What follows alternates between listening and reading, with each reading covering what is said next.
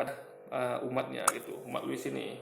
Lihat lo guys, itu ada yang mualaf itu karena kenapa? Karena kita juga gitu. Karena kita lingkungan kita nih mengajarkan kekerasan gitu kan. Ingat, ini bukan ajaran agama kita, tapi kenapa kalian begini? Nah, jadi seharusnya begitu guys, gitu, ngerti ya? Nah, jadi dia sebenarnya ini masalah internal dia gitu kan, sehingga ada orang yang mualaf, tapi dia bukannya fokus ke situ, dia malah menyerang mualaf ini guys, gitu. Langsung aja bahas guys. Statement dari Ray ini adalah melihat fenomena di sekitarnya, orang-orang yang tidak melakukan firman Tuhan, mereka hidup dalam kekerasan dan dia berpikir bahwa itu adalah ajaran dari Kristen. Ini adalah ambilan argumentasi yang sangat konyol gitu. Kalau saya lihat di penjara banyak orang Islam, apakah memang ajaran Islam itu mengajarkan untuk masuk penjara? Karena enggak gitu. Jadi nggak bisa menarik sebuah doktrin dari Gini, masalah adalah apakah hukumnya lengkap, paripurna, sempurna, hukum itu guys. Jadi nggak cukupnya misalnya jangan mencuri, jangan merampok, jangan membunuh, tapi harus ada aturannya gitu. Ya, misalnya apa hal untuk mencegah supaya orang yang tidak membunuh, merampok, mencuri, ada aturan dalam Islam itu. Saya kasih contoh misalnya gini, apa ya, satu contoh aja guys, nanti kita sampaikan di akhir. Misalnya gini, kayak masalah minuman-minuman keras. Islam itu kan melarang orang untuk minuman keras. Kenapa? Karena bahayanya luar biasa guys, minuman keras itu. Dengan minuman keras, minum mabuk, Anda bisa melakukan banyak kejahatan sekaligus itu. Karena Anda itu kehilangan kesadaran. Jadi dengan minum mabuk Anda bisa mencuri, bisa membunuh, bisa memerkosa sekaligus gitu. Kenapa? Karena Anda sudah tidak ada kesadaran gitu. Udah hilang kontrol gitu kan. Jadi kontrol ibarat mobil. Kalau misalnya mobil tuh gas jalan ya, kalau cuma remnya blong, itu Anda masih bisa masih bisa istilahnya ya pakai apa lah gitu kan. Atau misalnya kemudinya yang rusak, Anda bisa masih pakai rem. Kalau remnya rusak, Anda bisa pakai kemudi, arahkan kemana misalnya gitu kan, sampai bensinnya habis. Kalau bensinnya bocor, Anda bisa pakai ini. Jadi intinya adalah satu-satu masalah guys. Tapi kalau Anda sudah mabuk ke mobil, itu semua nggak berfungsi. Rem nggak fungsi, kemudi nggak fungsi. Kenapa? Karena yang pengontrolnya udah mabuk gitu guys. Jadi mabuk tuh bisa berbahaya. Nah, dalam Kristen itu tidak ada larangan mabuk ya. Tidak ada tahu mengharamkan khamar gitu. Ke Islam jelas minum khamar tuh haram. Bahkan hukumannya ancamannya nyata guys, tegas nyata. Yaitu 40 hari kita minum setes saja ya, enggak setes saja minuman khamar, 40 hari dari amalan kita tidak diterima guys. Amalan kita di masa lampau gitu. Tidak di masa lampau atau masa akan datang ya. Intinya adalah 40 hari amalan kita itu tidak diterima oleh Allah guys. Jadi ada aturannya gitu. Ya kan? Nah, kalau Kristiani kan tidak. Jadi hal seperti itu guys yang saya katakan. Jadi dikatakan jangan membunuh, jangan mencuri, tapi orang tidak dilarang untuk mabuk gitu, tidak dilarang untuk minum keras karena aturannya nggak ada dalam agamanya gitu kan, orang bebas. Jadi orang tuh bisa milih gitu. Dalam Islam pun bisa milih, tapi ada konsekuensinya. Mereka kan tidak ada konsekuensinya. Nah hal itu ya guys yang membuat itu rentan terhadap kekerasan gitu, ya kan? Karena tidak menutup semua celah yang ada untuk berbuat kekerasan. Kalau Islam itu lengkap, semua celah untuk berbuat kekerasan itu ditutup. Ya, nanti kan kita akan lengkapi di akhir guys. Fenomena yang ada di sekitar Anda Mas Ray. Tapi di sini dia memberitahukan bahwa dalam Kristen itu diajarkan kekerasan karena memang setiap hari terjadi kekerasan, pemukulan di sekitarnya. Dan ini adalah statement yang tidak berdasarkan pada Alkitab, ajaran Alkitab, tetapi berdasar pada apa yang dilihat.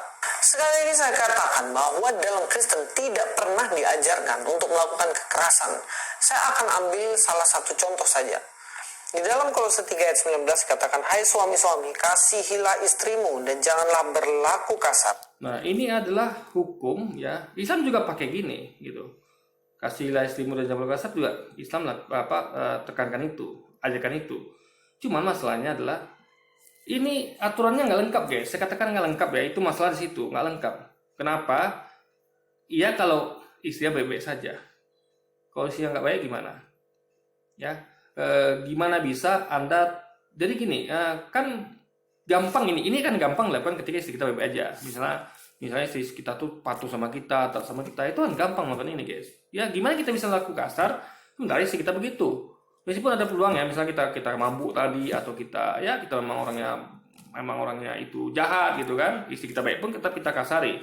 Tapi ada kasus di mana ketika kita tuh memang tukang selingkuh, misalnya pelakor lah, apalah, suka menghina kita, suka berkata tidak sopan pada suami, suka ya mempermalukan suami di depan orang banyak gitu kan, merendahkan harga diri suami gitu kan. Nah, itu gimana caranya supaya kita nggak berlaku kasar gitu. Jadi cuma dikatakan jangan berlaku kasar gitu loh.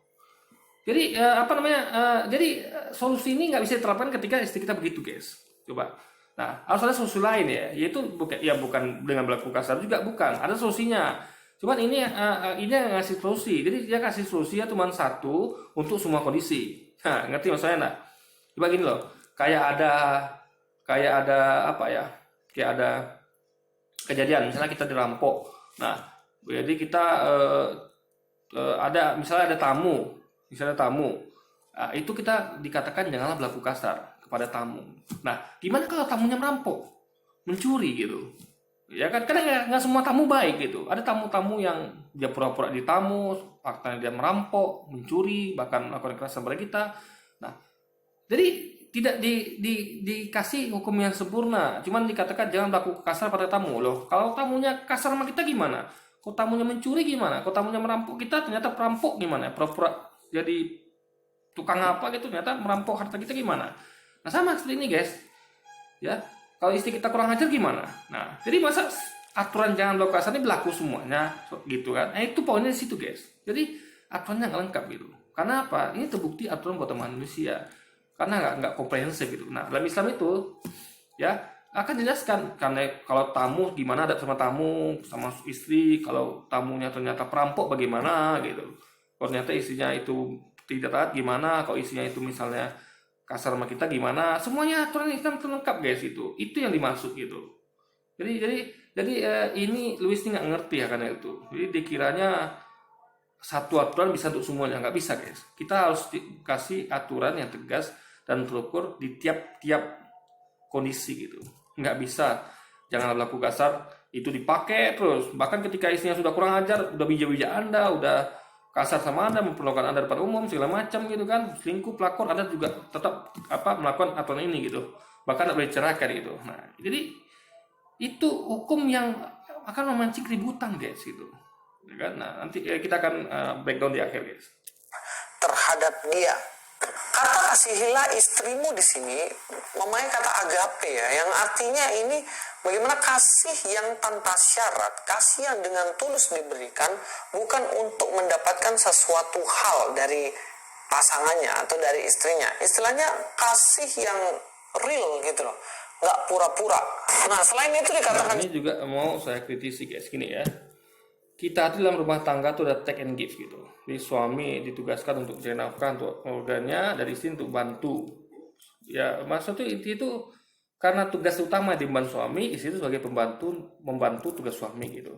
Karena suami kadang-kadang ada suami itu dikala susah gitu. Ibaratnya harus kerjasama dalam tim gitu.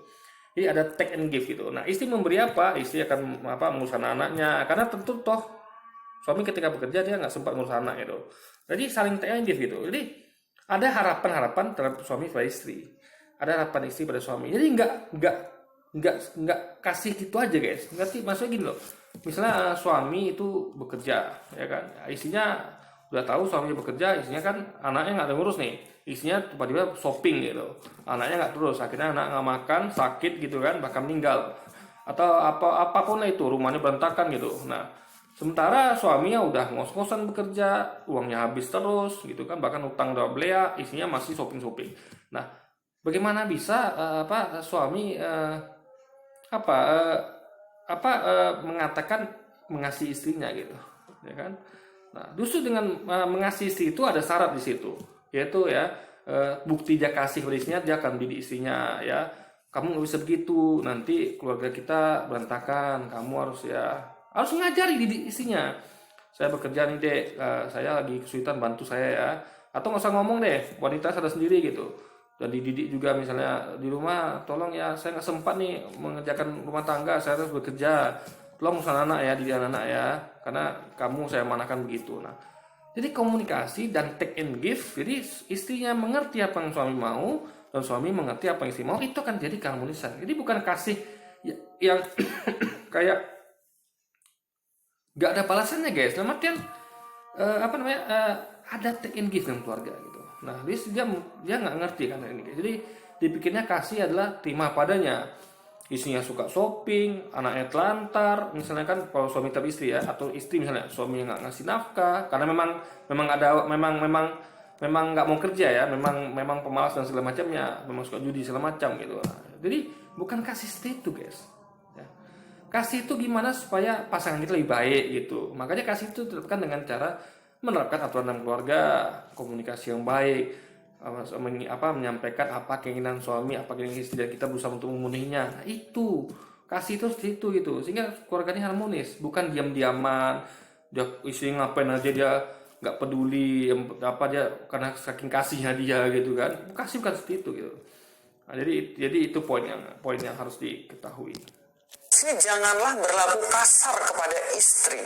Dalam bahasa Yunaninya itu memakai kata pikraniste, me pikraniste. Pikraniste ini apa? Pikraniste itu make a bitter, yang artinya menyakiti hati orang. Dan di sini dikatakan janganlah me pikraniste, yang artinya janganlah menyakiti hati dari istrimu itu. Dari sini kita jelas ya, bahwa kalau kita gabungkan itu ingin mengatakan bahwa di dalam Kristen itu kasihilah istrimu dengan sungguh-sungguh tanpa syarat, dan juga jangan membuat hatinya terluka. Bagaimana mungkin di sini diceritakan atau diperintahkan untuk berlaku kasar, kekerasan, mengajarkan kekerasan dalam Kristen? Gak mungkin. Sedangkan menyakiti hati orang aja dilarang, apalagi menyakiti fisik orang. Dan itu pasti lebih dilarang. Dari ayat ini aja sudah mendiskualifikasi statement dari Remo Allah. Jadi Luis ini nggak paham ya, satu ayat itu nggak bisa begitu guys, dia harus lengkap komprehensif gitu. Misalnya kayak tadi saya katakan kan, hanya dikatakan kasihlah istrimu, jangan kasar, jangan ini itulah. Kalau istrinya kasar gimana sama dia? Ya kan, nah. Jadi manusia ini seakan-akan kayak robot sama Luis ini. Manusia saya kayak nggak punya perasaan, nggak punya hati gitu. Jadi kan kita perlu timbal balik ya. Makanya diajarkan ya, kasihlah istrimu ya, dan ini dan juga harus bukan hanya itu saja gitu, terapkan aturan dalam keluarga gitu. Kasih lihat ini bukan hanya kasihlah, jadi kasihlah itu bukan hanya seperti diam aja istri buat salah gitu kita kadang cuma nasihati, nggak cukup guys, harus ada aturan dalam keluarga. Kayak ini lah contoh pemerintah negara kita misalnya, Anda bayangkan pemerintah nggak ada aturan, cuma nasihatin aja kan, jangan mencuri ya, jangan sakiti orang lain, tapi nggak ada hukum, gimana coba? Nggak ada hukum, gimana kalau orang ini melakukan itu gitu kan. Kayak misalnya negara memerintahkan jangan mencuri ya, atau kayak rumah tangga lah, suami bilang jangan selingkuh ya gitu kan. Nah ya, istrinya selingkuh, coba kenapa hukumnya nggak ada? Makanya dibuat misalnya tuh aturan ketat, yaitu pakai tutup hijab, tutup aurat gitu. Apalagi jadi dijaga di hal kecil guys, tutup aurat, keluar rumah dengan izin suami, sehingga suami tahu istri ini kemana gitu, sehingga tidak timbul fitnah gitu kan. Jadi misalnya ada orang melaporkan kan, tadi saya lihat istri orang ngompor-ngompori, orang misalnya berbohong atau pengen merusak rumah tangga orang, mengatakan tadi istrimu itu pergi ke sana loh, padahal nggak ada. Kita kan bisa bilang enggak, kamu salah, istriku tadi minta izin sama aku ke sini, ya kan. Dan waktunya segini, jadi dia tuh ada di sini gitu. Nah jadi kita tuh tahu, bisa mengecek ya, bisa men-tracking gitu. Beda kalau misalnya yang bebas itu kan, istrinya keluar rumah sembarangan, tidak tutup aurat, sehingga nanti kalau orang melapor istrimu sana, oh mungkin betul ya, karena istriku tadi nggak ada izin sama aku gitu loh, hilang kepercayaan gitu. Jadi hal ini guys, dalam Islam diatur. Nah itu menunjukkan kenapa rumah tangga Islam itu kalau benar diterapkan itu tidak akan masalah. Nah beda dengan rumah tangga Kristiani yang yang tidak ada aturan yang ketat. Istrinya keluar rumah tuh boleh buka aurat ya kan, tidak perlu izin sama suami, jadi intinya adalah kebebasan mutlak ada pada Kristen. Sehingga kalau namanya bebas secara mutlak, cuman hanya anjuran-anjuran, himbauan-himbauan, itu tidak ada hukumnya, tidak ada batas rule-nya, itu akan membuat kekacauan guys. Sama seperti negara tanpa hukum, rumah tangga tanpa aturan. Hanya ada ya kasih, Isinya mau apa kasih, isinya mau gini kasih, ya akhirnya kacau keluarga itu guys. Pemain sepak bola ini, ajaran Kristen yang melarang melakukan kekerasan kasar kepada istri ini jelas berbeda dengan ajaran yang mengizinkan untuk memukul istri jika istri tidak mau diajak berhubungan atau diizinkan Ini Luis lagi ngomong tentang ajaran Islam gitu. Dia nggak ngerti Islam tapi ngomong tentang Islam ya. Ya gini saya katakan ya, tidak ada ajaran yang memukul istri kalau dia nggak mau diajak berhubungan guys. Nggak ada ya. Yang jelas adalah ketika istri nggak mau diajak berhubungan, itu laknat Allah turun kepadanya. Ingat ya, bukan suami yang menghukum istri tapi langsung Allah guys. Nah, kenapa? Karena suami punya hak terhadap istri. Begitu juga istri punya hak kepada suami. Jadi hak istri adalah kebutuhan suami gitu. Itu kan namanya kebutuhan. Hubungan itu kan adalah suatu kebutuhan. Bukan karena gini guys, orang rumah tangga itu tujuannya agar dia bisa selamat gitu karena manusia kan punya hawa nafsu. Dia hawa nafsu itu harus disalurkan ke tempat yang tepat gitu. Jadi ibarat gini loh, Anda bayangkan ya, Anda itu punya keran air. Nah, keran air ini kan dia ada masa-masa dia tuh bakal meluber gitu. Nah, meluber itu kemana disalurkan? Makanya dibuat bak penampungan, yaitu istri tadi gitu. Jadi sehingga kalau ketika meluber tidak diarahkan ke selang itu kemana-mana gitu, ke pegangan orang, ke punya orang gitu, hanya kepada bak kita sendiri. Nah, jadi kenapa orang rumah tangga itu untuk agar menjaga supaya hawa nafsu ini disalurkan yang benar gitu. Nah, kalau hawa nafsu ini timbul lalu tidak disalurkan, kenapa? Karena istri nggak mau gitu kan. Kecuali kalau memang dia tuh sakit parah ya, atau memang nggak mungkin lah melakukan itu gitu. Nah, itu baru. Karena apa sih susahnya melakukan itu pada suami? Kan toh itu suami Anda sendiri gitu. Ya kan? Nah, intinya adalah itu semua diatur dalam Islam gitu. Jadi bukan suatu hal yang yang aneh lah gitu guys. menceraikan istri jika istri itu tidak taat kepada suami. Nah, soal menceraikan istri, Luis nggak ngerti kenapa Islam memperbolehkan menceraikan istri. Dan dia juga nggak tahu, Yesus juga memperbolehkan, Yesus dan Musa juga memperbolehkan menceraikan istri. Apa dia nggak pernah baca Alkitabnya? Ya, nih saya sampaikan. Yesus kan datang bukan untuk menyediakan hukum Taurat yang kita para nabi. Dia berkata seperti itu guys. Ya, aku datang bukan untuk menyediakan hukum Taurat yang kita para nabi, melainkan aku datang untuk mengenapinya. Mengenapi di sini adalah menambah sehingga lengkap. Sehingga hukum Taurat dan kitab Nabi itu yang sudah ada ditambah sehingga lengkap. Jadi bukan mengenapi artinya bukan menghilangkan atau merubah, tapi menambah sehingga lengkap. Nah, contoh misalnya gini, kayak anak saya minta uang pada saya.